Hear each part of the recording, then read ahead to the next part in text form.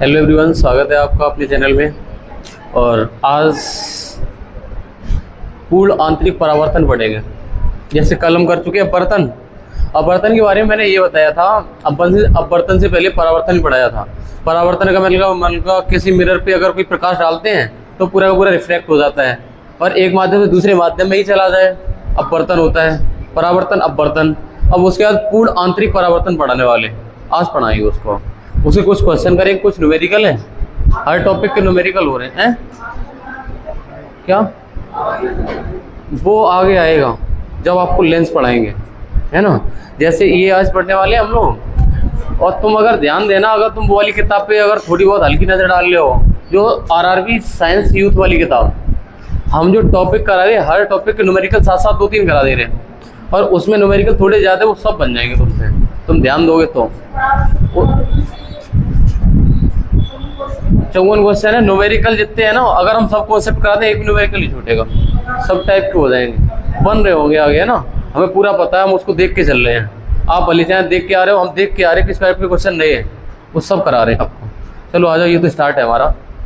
हाँ, इसमें हम जो कल अपवर्तन का एक क्वेश्चन दिया था क्लास में, वो शायद आपने करा था कि नहीं करा था। इसका आंसर क्या आया था पता है?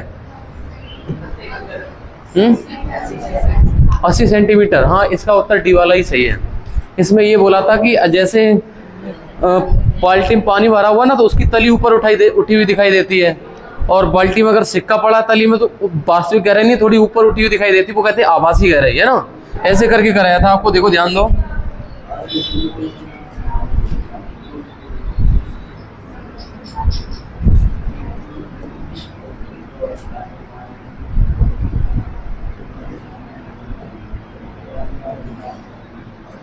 कुछ ऐसे करा रहे थे। एक स्विमिंग पूल के तल पर एक सिक्का रखा हुआ है। ये तल पर कोई सिक्का रखा हुआ है। मान लिया बेटा कि ये वाला कोई सिक्का रखा हुआ है इस तल पे, ठीक है। और ये सिक्के की प्रतिबिंब का 20 सेंटीमीटर ऊर्ध्वाधर विस्थापन प्राप्त करने के लिए ये कह रहा है ये वाला सिक्का हमें 20 सेंटीमीटर ऊपर उठा हुआ दिखाई दे। कितना? 20 सेंटीमीटर। कहने का मतलब ये चाहता है कि सिक्का थोड़ा ऊपर दिखाई देगा, बिल्कुल पानी भरा हुआ तो ऊपर दिखाई देगा। तो ये कह रहा है ऊपर उठा कि आवश्यक पानी की ऊंचाई क्या होनी चाहिए, ये पानी कितना गहरा होना चाहिए, कितने गहरे में सिक्का होना चाहिए।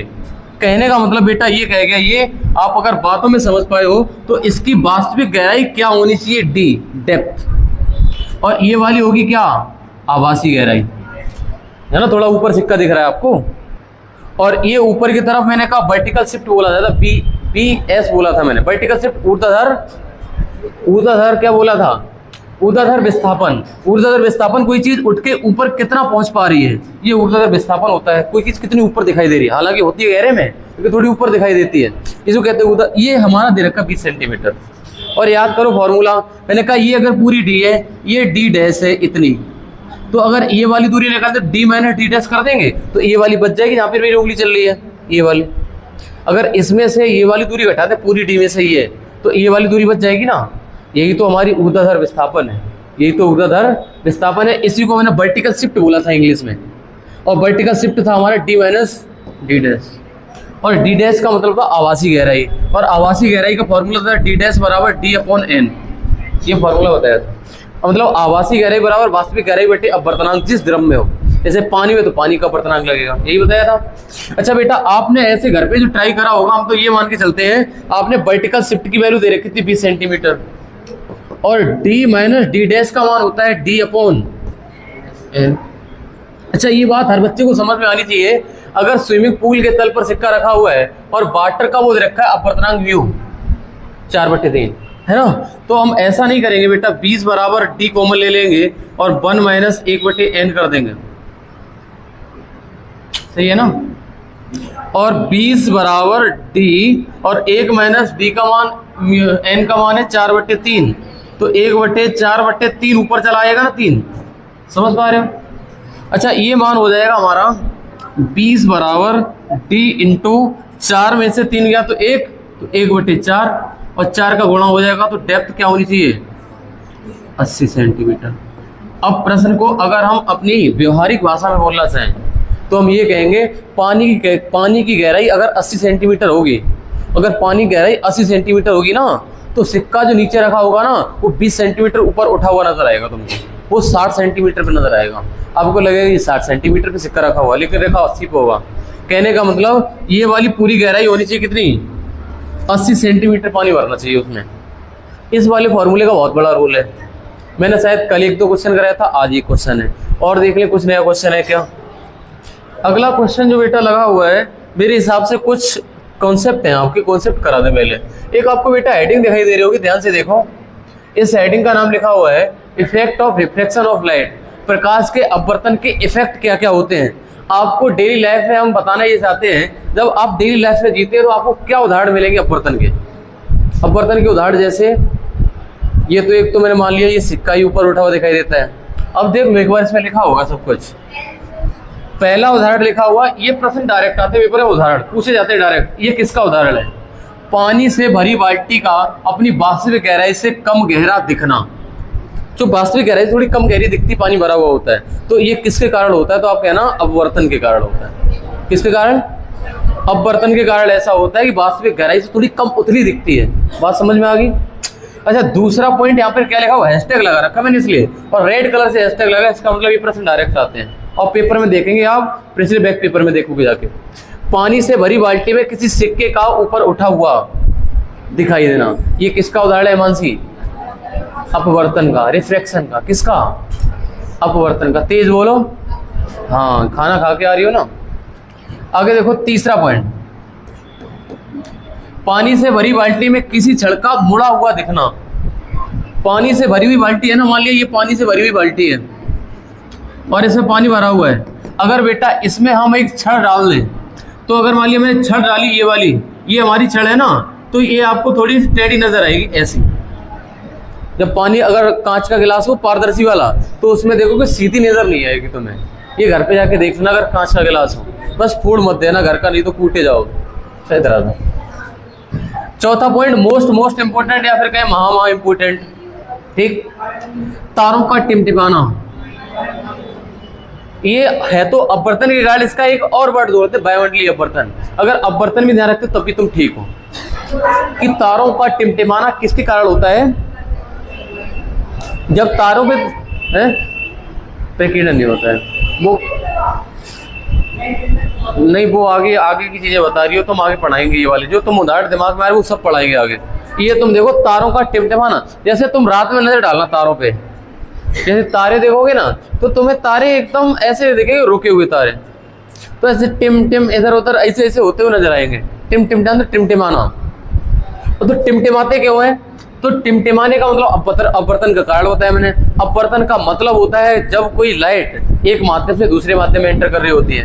हम कहेंगे पृथ्वी के वायुमंडल के बाद ऊपर निर्वात है, वायुमंडल है नहीं, तो ऊपर निर्वात में आता प्रकाश। मैंने कहा ये मान लिया तारा है, ये तारा टिमटिमा रहा है मेरे भाई, और ये निर्वात में आ रहा है इसका प्रकाश, और जैसे ही वायुमंडल में प्रवेश करता है इसका अपवर्तनांक मान लिया निर्वात का 1 और इसका 1.003 है, अपवर्तनांक बदल गया।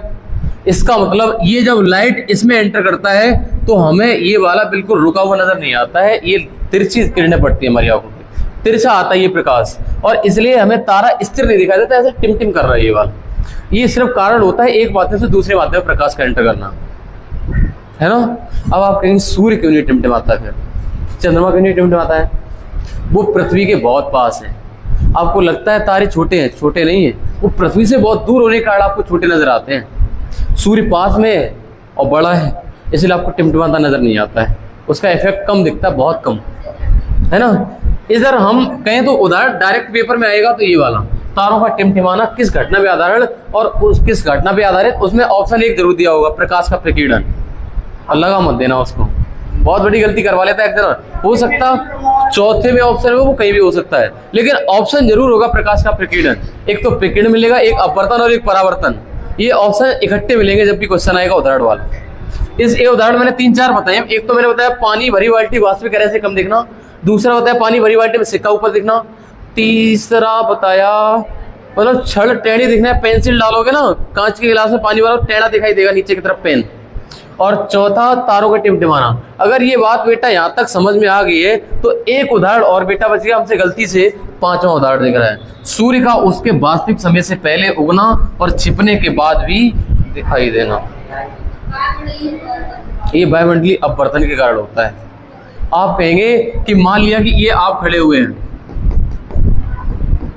एकदम हेयर स्टाइल है भाई साहब आपकी, कान भी हैं आपके, ठीक, सूर्य किधर निकलेगा, पूरब में। ऐसे सूर्य सुबह को निकला, तुमने कहा सूर्य निकला मेरे भाई, सूर्य निकला 8:04 पे, वो सॉरी मान लिया तुमने कहा कि 6:02 पे निकल रहा सूर्य।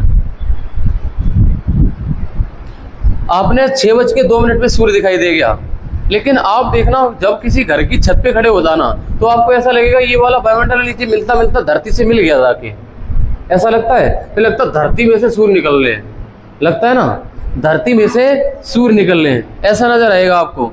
तो ये वाला मान लिया ये सरफेस है, ये वाला वायुमंडल यहाँ पे मिल गया आके, आपको ऐसा नजर आता है। ये जब सूर्य निकलता है ना तो आप देखते 6:02 पे सूर्य उग गया, आप कह रहे सूर्य निकल आया, सूर्योदय हो गया, लेकिन वास्तविक में ये 6:04 में बाहर निकल पाता है, आपको 2 मिनट पहले ही दिख जाना। मतलब किरणें वही है कि ये वाला इधर वायुमंडल है और इसमें किरणें पहले से टेढ़ी पड़ जाना, ऐसे है ना, ये वाली लाइट इधर से आ जाती है और इधर दिख जाती है हमको, वो नीचे होता है ना पहले ही दिखने लग जाता है हमें सूर्य, लेकिन वास्तविक रूप से वो 2 मिनट बाद में आता है। ये कहता है कि सूर्य उदय से पहले ही दिख जाना और सूर्य अस्त के बाद तक दिखते रहना। वास्तविकता में जब सूर्य इधर जाएगा ना, ये वाला सूर्य इधर आएगा, इस साइड आएगा सूर्य, तो ये वाला सूर्य चुप जगह होगा, तब भी 2 मिनट तक तुम्हें दिखाई देता रहता है, कह रहे अभी सूर्य अस्त ही नहीं हुआ, क्योंकि सूर्य अस्त हो चुका होता है उस टाइम पे, क्योंकि वो सिर्फ प्रकाश के अपवर्तन के कारण ये वाली किरणें ऐसी आती है और हमारी आंखों पर पड़ जाती है। ऐसे आता प्रकाश, ये वाली लाइट ऐसी पड़ जाती है आंखों पे, तिरछा आता है जब वायुमंडल में प्रवेश करता है, ये कि अपवर्तनांक अलग अलग है, अपवर्तनांक अलग अलग, माध्यम अलग अलग हो गया। अगर प्रकाश एंटर करता है तो अपवर्तन की घटना होगी, किसकी घटना, अपवर्तन। तो ये वाला उदाहरण बहुत अपने आप में बहुत इंपॉर्टेंट था, ये वाला सूर्य का उसके वास्तविक समय से पहले उगना और छिपने के बाद भी दिखाई देना, ये किस घटना पे आधारित है, तो आप कहेंगे अपवर्तन के। वायुमंडलीय अपवर्तन लिखा मिल सकता है, वायुमंडलीय अपवर्तन लिखा मिल सकता है। और आप लोगों ने बीएससी में पीसीएम किसने किसने लिया था, physics chemistry math, physics chemistry math है, और किसी का है, किसी का नहीं, आपका है, आपका नहीं है, फिजिक्स केमिस्ट्री मैथ, बड़ा अच्छी यार नौकरी है।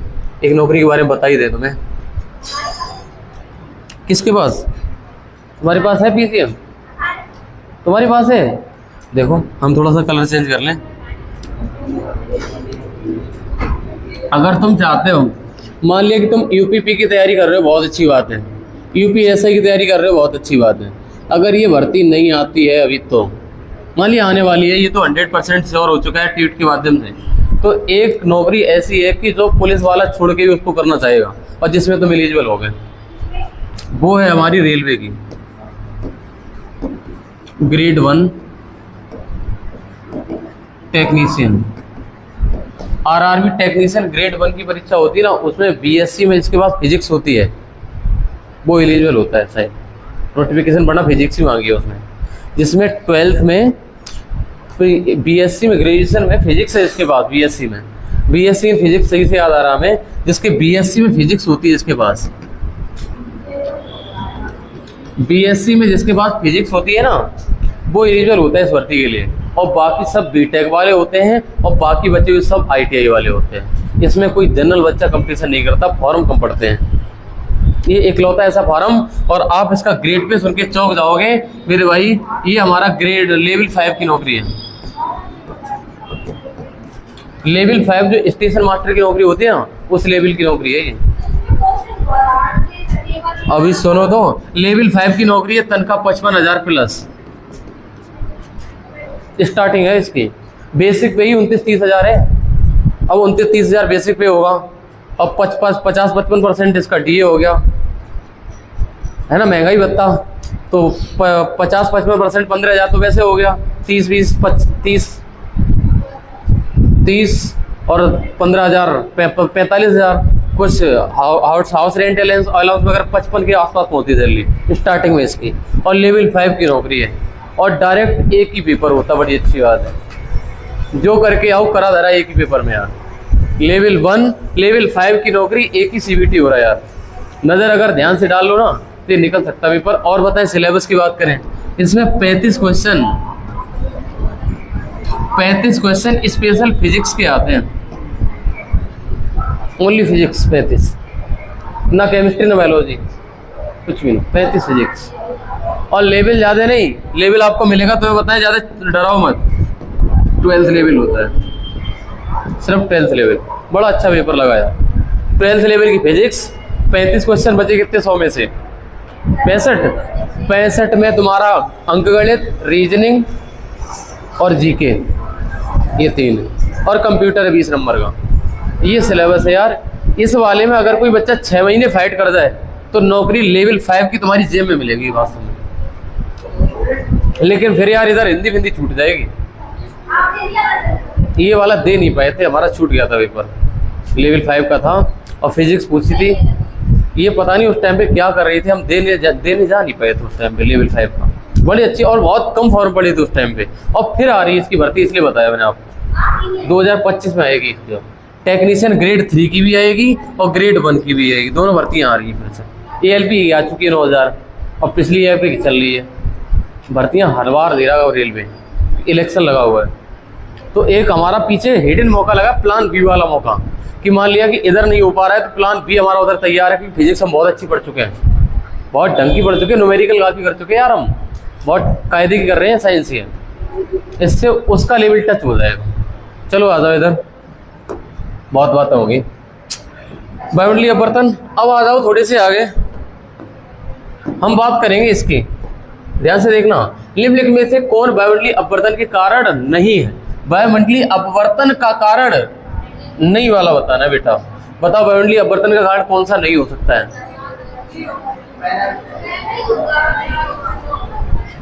पहला है सूरज सूर्यास्त के समय लाल दिखाई देना, ये तो प्रकीर्णन के कारण होता है, आगे पढ़ाने वाले आपको, ये हमारा नहीं होगा। दूसरा, रात के तारों का टिमटिमाना, ठीक है। सूर्य का उसकी वास्तविक ऊंचाई से अधिक ऊंचा दिखना, मतलब है नीचे ऊंचे दिख रहा है तुम्हें। अच्छा अगला वाला, सूर्य वास्तविक सूर्योदय से 2 या 3 मिनट पहले दिखाई देता है, ये भी अपवर्तन पर आधारित है। कौन सा नहीं है? तो पहला ऑप्शन नहीं है, यही वाला उत्तर हो जाए, है ना।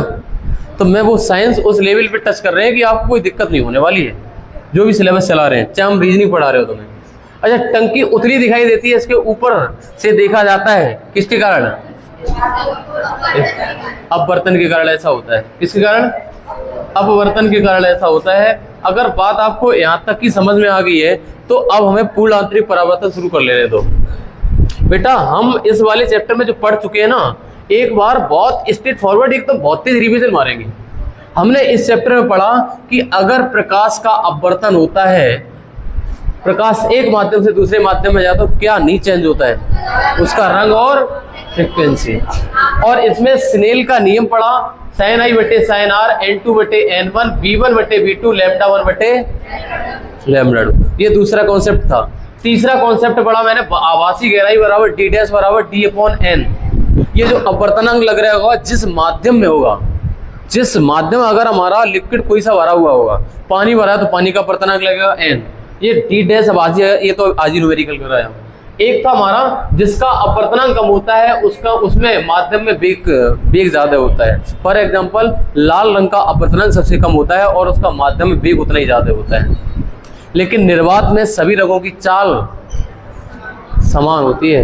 निर्वात में सभी की समान, अगर किसी माध्यम में डालोगे प्रकाश तो सबसे ज्यादा चाल होगी वो लाल रंग की, क्योंकि लाल का अपवर्तनांक। अच्छा, मैंने ये भी बताया था कि जो मान लिया कि BW वाटर, ये इसका अपवर्तनांक इससे इनवर्सली प्रोपोर्शनल होता है अपवर्तनांक से। इसका रीजन ये सामने एक्सप्लेन करा है। अगला, इफेक्ट ऑफ रिफ्रैक्शन के मैंने कुछ उदाहरण बता दिए इसमें। अपवर्तन में इतना पढ़ाया जितना हम बता रहे हैं। अच्छा, एक मैंने बताया था कि किसी मीडियम में अगर प्रकाश की चाल रेड रंग की सबसे ज्यादा होती है और बैंगनी रंग की सबसे कम होती है, वॉयलेट, वेग और वॉयलेट, वेलोसिटी और वॉयलेट, और अपवर्तनांक लाल रंग का सबसे कम होता है और वॉयलेट का सबसे। इस वाले चैप्टर में इतना ही पढ़ा है। अगर कहें तो हमें बता दो मिट्टी के तेल का अपवर्तनांक कितना बताया था। ऐसे करके 6-7 याद करवाए थे, ये बहुत बहुत इंपॉर्टेंट थे और यही तुम्हारे लगभग काम में आ जाएंगे। अब हम अगला चैप्टर शुरू करने जा रहे हैं जिसका नाम है प्रकाश का पूर्ण परावर्तन, पूर्ण आंतरिक परावर्तन। ये क्या होता पूर्ण आंतरिक परावर्तन, इसको 3-4 खंडों में तोड़ेंगे हम और आपको ऐसा बिठा देंगे दिमाग में एक ही बार में समझ, अरे ये बात थी यार, ये था यार कॉन्सेप्ट, ऐसे होना था। देखो पूर्ण आंतरिक परावर्तन TIR बोला जाता है, TIR टोटल इंटरनल रिफ्रैक्शन। देखो आगे लिखा होगा टोटल इंटरनल रिफ्लेक्शन TIR। अच्छा इसके उदाहरण भी बहुत पूछे जाते हैं, इसके घटना पर आधारित थ्योरी क्वेश्चन बहुत आते हैं। पहले पढ़ो, मैंने कहा कोई प्रकाश की किरण इंसिडेंट रे है और ये रिफ्लेक्टेड रे है। अगर हमारा ऊपर का माध्यम सघन है और नीचे का विरल है, ऊपर का डेंसर और नीचे का रेयर है, तो बात समझना, जब प्रकाश की किरण आएगी तो अवलंब के पास आएगी, दूर हटेगी। कहने का मतलब ये जा रही थी, पास नहीं दूर हट गई। बात समझ में आ गई? क्लियर है इतना? अगर इतना क्लियर है तो एक बात और समझो, यहाँ पे लिखा पूर्ण आंतरिक परावर्तन की घटना केवल तभी संभव है जब प्रकाश सघन माध्यम से विरल माध्यम में जाता है। इस बात को गांठ बांध के याद कर लो कि पूर्ण आंतरिक परावर्तन की घटना तभी घटित होगी जब प्रकाश सघन माध्यम से विरल माध्यम में जाएगा। बात समझ में आ गई? वो क्यों ऐसा वो हम बताएंगे आगे चल के। अगले कॉन्सेप्ट अपने आप में बताएगा, जवाब देगा ऐसा क्यों, ऊपर का सघन नीचे का विरल क्यों रखेंगे। हम कह रहे पूर्ण आंतरिक परावर्तन की घटना तभी संभव है जब पहले ऊपर का माध्यम सघन और विरल में चला जाए प्रकाश, ऐसा। अच्छा आपको ये बात अगर समझ में आ गई है तो आपके सामने एक शायद क्वेश्चन लगा हुआ है, इसका आंसर दे सकते हैं क्या? देखें एक बार, एक सेकंड दो। ओहो, इसका एक बार बताओ। पूर्ण आंतरिक परावर्तन नहीं हो सकता जब प्रकाश जाता है। अब आपको मैं एक कॉन्सेप्ट अभी बता रही थी बेटा, पूर्ण आंतरिक परावर्तन तभी होगा जब प्रकाश सघन माध्यम से विरल माध्यम में जाएगा। अब इस वाले को करके दिखा दो तुम, कौन सा वाला प्रकाश का पूर्ण आंतरिक परावर्तन किस में नहीं हो सकता बताओ? हैं? पानी से गिलास या गिलास से पानी?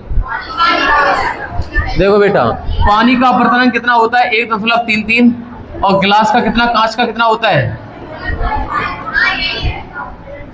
1.5। अच्छा अगला हमारा गिलास का, कांच का कितना होता है? 1.5 और पानी का होता है 1.33 और हवा का होता है 1.0003। गिलास का होता है मेरे भाई 1.5 और हवा का होता है 1.000। हमने कहा प्रकाश का परावर्तन तभी संभव है जब प्रकाश डेंसर मीडियम से रेयर में जाता है, सघन माध्यम से विरल माध्यम में। मैंने कहा सघन माध्यम से विरल माध्यम में, डेंसर टू रेयर, है ना।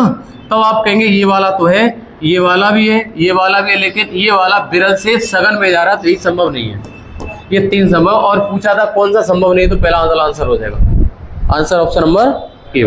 बात समझ में आई है तुम्हारे पीछे?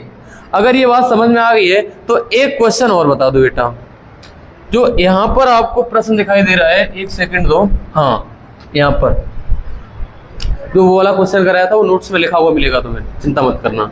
अच्छा जो ये वाली इंग्लिश लिखी हुई है, इतनी बड़ी इंग्लिश नहीं लिखी है जो समझ में ना आए बेटा।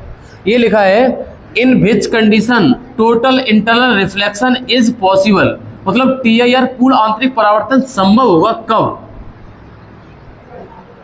तो पीछे क्वेश्चन में था नहीं होगा, कौन सी वाली कंडीशन? इसमें संभव होगा तो मैं क्या चाहिए? सघन से विरल। मैंने कहा सघन से विरल, मैंने कहा पानी का होता है 1.33 और डायमंड का होता है 2.42। ये तो विरल से सघन में जा रहा है तो पहला पॉसिबल। कांच का होता है 1.5 और 1.5 से जाएगा 2.42, क्या संभव है? नहीं। अच्छा वाटर का होता है 1.33, कांच का होता है 1.5 के संभव है, और वाटर का होता है 1.33 और एयर का होता है 1 मान लो कुछ समथिंग, ये कम है तो ये वाला सही है। पूर्ण आंतरिक परावर्तन तभी संभव होता है, ये मैंने तुम्हारे दिमाग में बिठा दिया लगभग, कि जब सघन से विरल में जाएगा प्रकाश, सघन से विरल में जाएगा। और क्यों जाएगा, क्यों मैंने ऐसा किया, वो हम अगले पॉइंट में बताने वाले हैं। आ जाओ, ये बात अगर हर बच्चा समझ गया है तो इधर आ जाओ, इस वाले पे नजर लो, पॉइंट नंबर 2 पे, जहां पे मेरा हैशटैग लग रहा है। पॉइंट नंबर 2 कहता है कि जब अपवर्तन कोण का मान 90 डिग्री होता है तो आपतन कोण आई क्रांतिक कोण कहलाता है। ये समझ में नहीं आया होगा, ऐसे समझ में नहीं आया होगा, मैं पता है हमें खुद नहीं समझ में आया था, ये वाली भाषा तो किताब में लिखी हुई है। अब मेरे भाई इधर आ जाओ, अगर हम ये कहें कि बेटा कि इसमें मान लिया कि ये वाला है, ये हमारा सघन है और ये वाला हमारा विरल है। बड़े ध्यान से देखना हमने जो क्वेश्चन बताया, प्रकाश की किरण ऐसी आई, सघन है तो विरल में ऐसी जाएगी, ठीक है। अगर बेटा हम अगली किरण में पता क्या करें, थोड़ी सी इधर झुका दें, ये हमारा आपतन कोण आई था और ये परावर्तन कोण आर था, मैं थोड़ी सी किरण इधर झुका दें, अब ये आई यहाँ पर कर दें, क्या समझ पा रहे, आई बढ़ा दिया तो ये वाली प्रकाश की किरण और इधर चली जाएगी। बात समझ रहे हो, समझ रहे हो। अगर बेटा हम प्रकाश की किरण, अगले बारे में कॉन्सेप्ट है हमारा, अगर प्रकाश की किरण इतनी झुका दें, प्रकाश की किरण इतनी झुका दें कि ये हमारा अपवर्तन कोण आर था ना, अपवर्तन कोण ये आर हो गया था, ये हमारी किरण सीधी हमारी सरफेस के सीधी निकल जाए, ये वाला एंगल 90 डिग्री बन जाए। ये वाली आपतन कोण इतना झुका दो कि जो हमारी अपवर्तन कोण है ना वो 90 डिग्री, कहने का मतलब सीधी इसके साथ निकल जाए, सरफेस के साथ में। तो जो ये वाला कोण होता है जो तुमने इतना झुका दिया कि सरफेस के साथ निकल रहा है, ये जो तुमने झुका दिया है, ये वाला हमारा कोण कहलाता है आईसी, क्रिटिकल एंगल क्रांतिक कोण कहलाता है। क्या कहलाता है, क्रांतिक कोण की परिभाषा और होगी। क्रांतिक कोण क्या होता है, क्रांतिक कोण वो है कोण आपतित किरण अपवर्तन कोण 90 डिग्री बनना हो, आपतित किरण को उस आपतित किरण का वह एंगल जब अपवर्तन कोण 90 डिग्री बन जाए तो वो एंगल होता है जो आपतित किरण का, वो वाला हमारा क्रांतिक कोण कहलाता है। बात समझ में आ रही है। अगर यही बात देखो, अब देखो तुम्हें एक ही बार में समझ में आ जाएगी। क्या लिखा है, जब अपवर्तन कोण आर का मान 90 डिग्री है तो आपतन कोण आई को क्या कहते हैं, क्रांतिक कोण कहते हैं। अब एक बार में समझ में आ गया होगा। मैंने कहा आपतित किरण, मैंने हालांकि अलग अलग कलर दिखाया लेकिन यहाँ पे समझाना मुश्किल था। ये वाली पहले डाली, फिर मैंने और आगे बढ़ाया, फिर जो लास्ट वाली गई है ये सीधी हो गई है। कहने का मतलब जो ये वाला आपका एंगल बनता हुआ नजर आ रहा है इसके साथ में, ये वाला हमारा 90 डिग्री है और आपतित किरण ये वाली है, सॉरी आपतित किरण ये वाली है। क्या आप मेरी बात को समझ पा रहे हैं, ये वाला एंगल है, ये 90 डिग्री बन रहा है।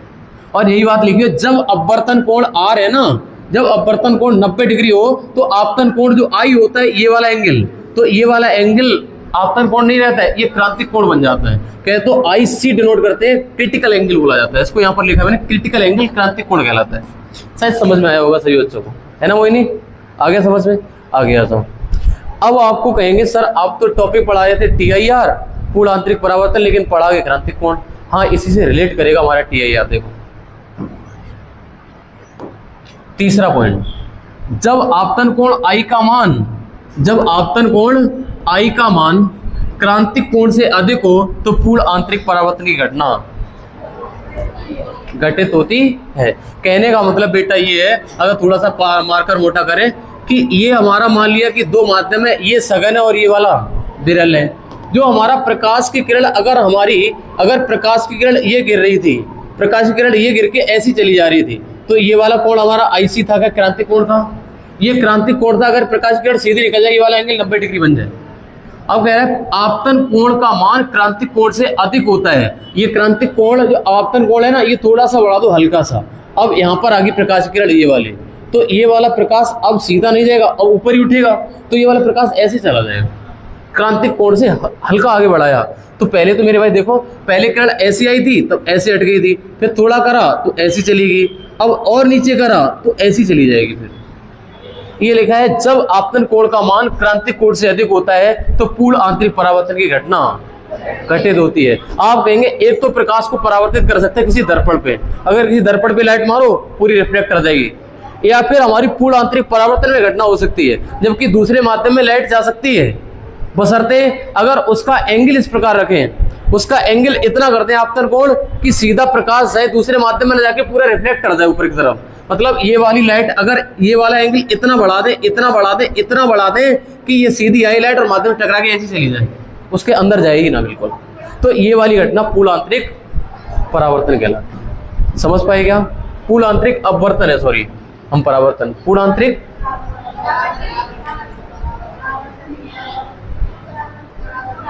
पूर्ण आंतरिक परावर्तन ही होता है। सही है, पूर्ण आंतरिक परावर्तित हुई किरण परावर्तित हुई ना, पूर्ण आंतरिक परावर्तित कहलाता है। क्या हमारी ये बात हर बच्चे को समझ में आ गई है? तो भाई साहब TIR से ये समझना तुम, जब हमारा आपतन कोण क्रांतिक कोण से ज्यादा होगा, जब आपतन कोण क्रांतिक कोण जानते हो क्या होता है? जब हमारा अपवर्तन कोण 90 डिग्री बनना होता है, समझ रहे, सीधी निकल जाए किरण। जब हमारा आपतन कोण क्रांतिक कोण से अधिक होता है तब जो घटना घटित होती है वो हमारी पूर्ण आंतरिक परावर्तन होती है। बात समझ में आ गई है? अच्छा, मैंने इसके माध्यम से बताया है, अब थोड़े से और आगे आ जाओ। ये बताओ बेटा, हमारी अगर प्रकाश की किरण क्रांतिक कोण के वाले में देखो, ये अब हमारा वो वाला कॉन्सेप्ट हो गया है, तो पूर्णांतरिक परावर्तन समझ चुके सभी लोग। अब ध्यान देना, अगर ये क्रांतिक कोण है बेटा, ये IC लिखा हुआ है, क्या लिखा है IC, तो हमारी किरण सीधी निकल जाएगी। क्या क्या हर बच्चा समझ रहा है इस बात को? ये हमारी इंसिडेंट रे है, आपतित किरण, और ये परावर्तित किरण रिफ्लेक्टेड रे, सही है। अच्छा, तो आप कहेंगे ये वाला एंगल 90 डिग्री बनना होगा, किस कंडीशन में? आपतन कोण की कंडीशन में। तो हमारा स्नेल का नियम कहता है साइन I बटे साइन R बराबर I2 अपॉन वो N2 अपॉन N1, यही तो होता फॉर्मूला। तो हमारे इसके अनुसार R का मान कितना हो जाएगा? मैंने लिखा है साइन I का मान क्या हो जाएगा? IC, तो साइन I की जगह पे IC क्रांतिक कोण क्रिटिकल एंगल, और बटे साइन R का मान 90 डिग्री बराबर N2 बटे, यहाँ पर लिख भी दिया I बराबर IC और R बराबर 90 हो जाता है क्रांतिक कोण में, सही है।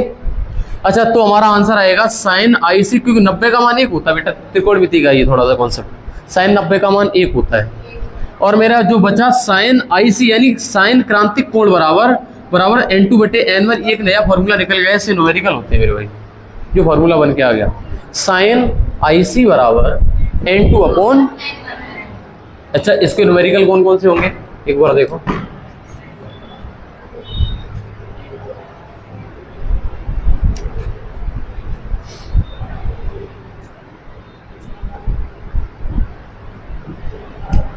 एक बार इस न्यूमेरिकल को देखो मेरे भाई, ये कह रहा प्रकाश की किरण कांच से पानी, कांच का 1.5 और पानी का 1.33, इसका पूर्णांतरिक परावर्तन तो होगा। कांच से पानी में चलाई जाती है, तब क्रांतिक कोण का मान क्या होगा?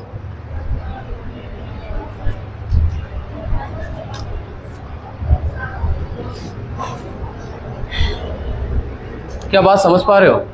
इसका मतलब ये है कि ऐसे करके बन रही है कंडीशन, ऊपर की तरफ ग्लास है और नीचे की तरफ वाटर है। अच्छा, ग्लास का अपवर्तनांक बोलो, 3/2 लिख दे, सही है ना। और पानी का बोल दो 1.33 बोले या 4/3 बोल दें। अच्छा, ये प्रकाश की किरण ये वाला है, या क्रांतिक कोण अगर बेटा बनना होगा तो ये वाली किरण इधर से आएगी और ये निकल जाएगी, क्या कहते हो? तो ये वाला हमारा IC होगा, क्या यही होगी ना घटना? और ये वाला एंगल कितना बनना होगा? 90 डिग्री। अभी समझ आता है कि यार। अच्छा, इसमें बोला गया है तो क्रांतिक कोण का मान क्या होगा? तब आप कहोगे साइन IC बराबर N2 अपॉन N1।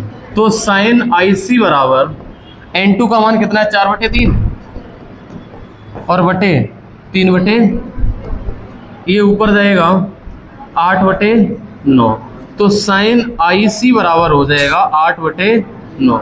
तो IC बराबर हो जाएगा साइन इनवर्स 8/, जो कि विकल्प कौन सा सही हो जाएगा? C वाला सही हो जाएगा। बात समझ में आ रही है? अच्छा, ये वाला क्वेश्चन अगर तुम कर पाए हो, इसमें अल्टीमेट यूज किस चीज़ का हुआ है? जो फॉर्मूला अभी थोड़ी देर में पहले बता के गए हैं, साइन IC बराबर N2 अपॉन। अच्छा, अगर फॉर्मूला भूल जाओ तो तभी कोई दिक्कत नहीं, ये वाली घटना पता होनी चाहिए क्रांतिक कोण में क्या घटना होती है। तुम साइन IC बटे साइन 90 लगाओ, अपने आप हो जाएगा। स्नेल का नियम तो याद रहेगा कम से कम, स्नेल का नियम ही तो है ये वाला, नया थोड़ी ना कुछ। अच्छा, अगला देखो, ये वाला क्वेश्चन शायद कर पाओ आप, बताओ कर पाओगे क्या?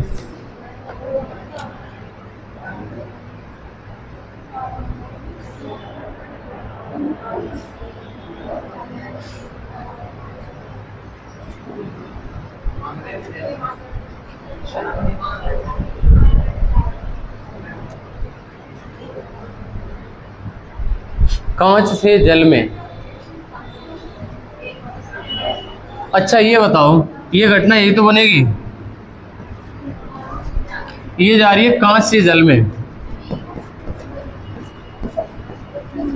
अच्छा, कांच का अपवर्तनांक कितना दे रखा है और इसका जल का? तो मेरे भाई ये पूर्णांतरिक परावर्तन हो रहा है, ये देखना एक बार।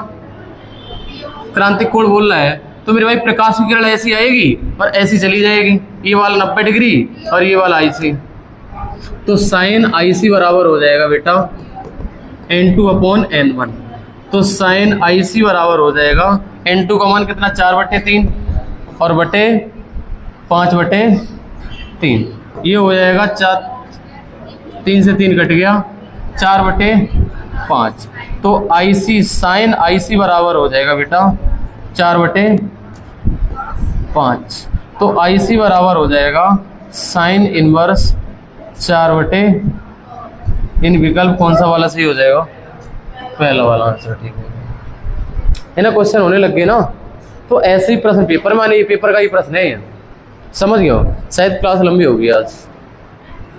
चलो, ये वाला जो अगला क्वेश्चन दिखाई दे रहा है, इस वाले क्वेश्चन को आप घर से करके लाएंगे, और जो ऑनलाइन एक साथी हमारे जुड़े हुए हैं जो देख रहे हैं, वो इस वाले क्वेश्चन आंसर का कमेंट में देंगे आंसर इसका। Okay, thank you. मिलते हैं कल इसी क्वेश्चन के साथ।